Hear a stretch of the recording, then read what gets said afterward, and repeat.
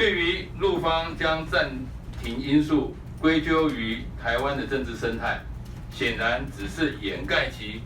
政治干预文化的推脱之词，各界都无法接受。中共必须要为他的行为所造成两岸影视文化交流的严重倒退负起全部责任。各界都非常的关注，中国大陆电影工作者多以获得金马奖为其演艺生涯最高的肯定。中共片面禁止中国大陆电影工作者参加金马奖的做法，完全剥夺了大陆电影工作者参加金马奖的权利，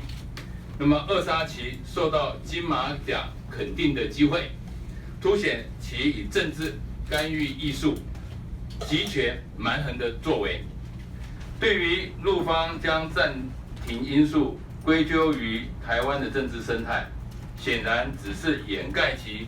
政治干预文化的推脱之词，各界都无法接受。中共必须要为他的行为所造成两岸影视文化交流的严重倒退负起全部责任。此事更让台湾民众再次认清中共处处以政治打压两岸正常交流的本质。谢谢。刚刚你提到的问题，从昨天这个中断这个陆客自由行，以及刚刚国台办的这个说法，再证明是谁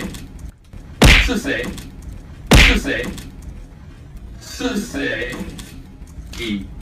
政治因素粗暴干预两岸人民的正常往来。那么是谁任意的剥夺人民有基本迁徙跟旅行的基本权利？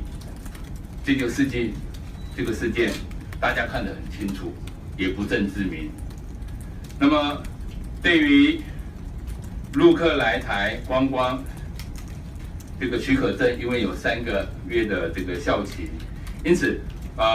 陆客自由行的人数